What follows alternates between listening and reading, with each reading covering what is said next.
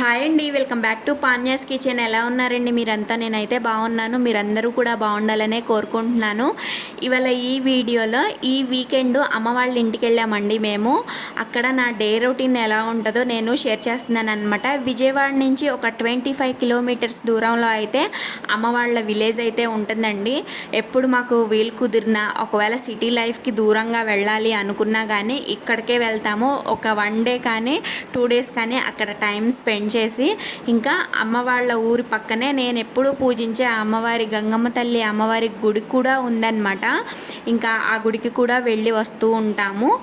ఆ ఊరిలో మా డైలీ రొటీన్ ఎలా ఉంటుందో నేను షేర్ చేస్తున్నాను. వెళ్ళిన రోజైతే ఇక డిన్నర్ చేసేసి పడుకున్నామండి. నెక్స్ట్ డే మార్నింగ్ నేను అమ్మ వాళ్ళ ఇంటికి వెళ్ళామనుకోండి, పని చేస్తాము, కాకపోతే 1-2 పనులు చేస్తాము. ఎందుకంటే అమ్మ కూడా ఉంటుంది కాబట్టి వేరే పనులు చేసుకుంటూ ఉంటుంది. నేనైతే ఇక్కడ చపాతీ బంగాళదుంప కుర్మా అయితే చేస్తున్నాను. బ్రేక్ఫాస్ట్ సెక్షన్ అయితే నాదన్నమాట. ఇక పక్కన బయట పనులు అంటే గేదెలు ఉంటాయి కదండి, వాటికి పాలు తీయటం, వాటికి నీళ్లు పెట్టడం, మేత వేయటం, ఇలాంటివన్నీ అమ్మ చేసుకుంటూ ఉంటుంది.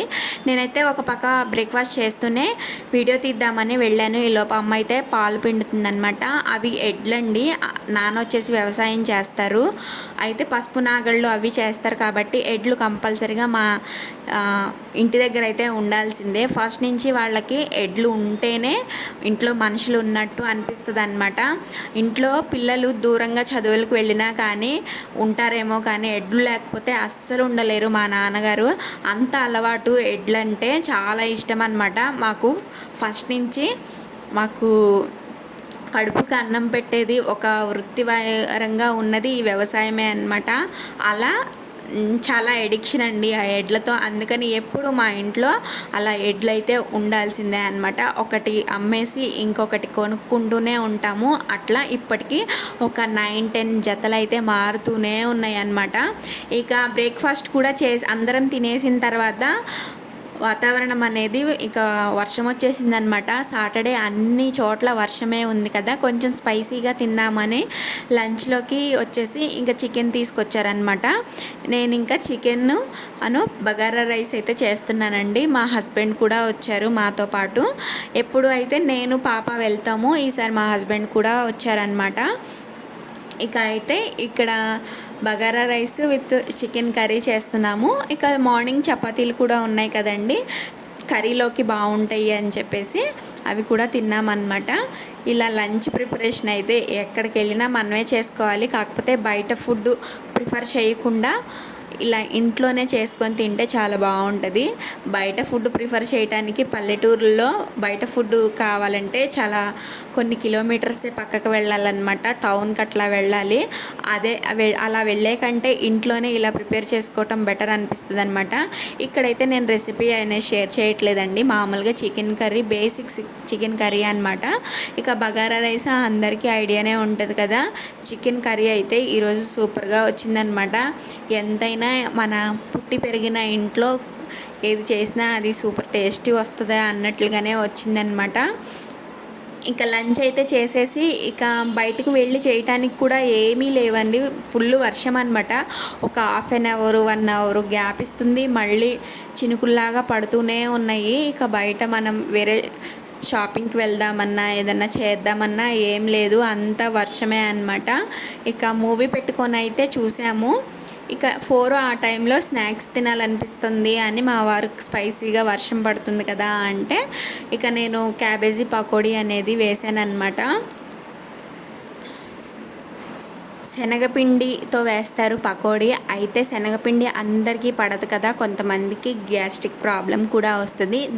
దానికి రీప్లేస్గా నేను ఇక్కడ గోధుమ పిండితోనే వేసానండి. అయితే పకోడీ చాలా బాగా వచ్చిందనమాట.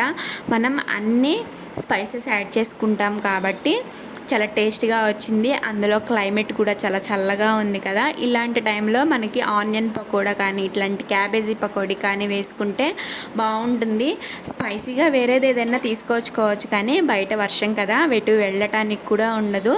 మొత్తంగా తడిచి ముద్దయిపోవటమే కదా, అలాంటి వర్షం అయితే ఈ సాటర్డే ఫుల్ వర్షం కమ్మేసింది. ఇక నెక్స్ట్ డే సండే రోజు అయితే ఎంత ఉక్కపోసిందో. మనకి వర్షం వస్తుంటే చల్లగా ఉంది అనుకుంటాము, కానీ ఆ నెక్స్ట్ డే చూడాలి ఎండలు విపరీతంగా ఉంటాయి అన్నమాట. ముందుంది ముసళ్ళ పండగ అని చెప్పడానికే ఈ వర్షాలు అన్నట్టు ఉంటాయి. అవునా కాదా? మీరంతా కామెంట్ సెక్షన్లో కామెంట్ చేయండి. ఇక వేసిన పకోడీ అంతా మా హస్బెండ్కి ఇంకా నాన్నకి ఇచ్చేసి నేను కూడా తినేసాను అనమాట. ఇక నెక్స్ట్ డే అంటే సండే రోజు హెడ్ బాత్ అవి చేసి ఈవినింగ్ 4 ఆ టైంకి అమ్మవారి గుడికి అయితే మా పాపను తీసుకొని నేను ఒక్కదాన్నే వెళ్ళాను. మా హస్బెండ్ వచ్చేసి విజయవాడ వచ్చేసారు సండే రోజు. ఇక అమ్మవారి గుడిలో ఫొటోస్ అవి తీయకూడదండి, ఇవి బయట ప్రదక్షిణాలు చేసేటప్పుడు తీసిన క్లిప్స్ అనమాట. ఇవన్నీ యాడ్ చేస్తున్నాను. నేను ఎప్పుడు వెళ్ళినా కానీ నాకు కుదిరితే మాత్రం నేను అమ్మవారి గుడికి వెళ్ళే విజయవాడ వస్తాను. నాకు అలా ఫస్ట్ నుంచి కూడా అలవాటు అయిపోయింది. వేరే ఏ గుడికైనా వెళ్ళాలంటే అంత ఇంట్రెస్ట్ రాదు, కానీ ఈ గుడికి వెళ్ళాలి అంటే మాత్రం ఎంత ఓపిక లేకపోయినా కానీ ప్రాణం లేచి వస్తుంది అనమాట గుడికి వెళ్ళటానికి. అలా మాకు అలవాటైందంటే మా పెద్దవాళ్ళు అంటే మా నానమ్మ, మా అమ్మ ఇలాంటి పెద్దవాళ్ళ నుంచి మాకు ఈ అమ్మవారిని పూజించుకోవడం అనేది అలవాటైపోయిందనమాట. ఇక వేరే ఎక్కడికి వెళ్ళాలన్నా కానీ ఫస్ట్ ఈ అమ్మవారి గుడికి వచ్చి మరి వేరే వాటికి వెళ్తాము. అలా అలవాటైపోయింది. ఆ రోజు బాగా ఉడకపోతుందండి, ఎంత అంటే అసలు చెమటలు కారిపోతున్నాయి అన్నమాట.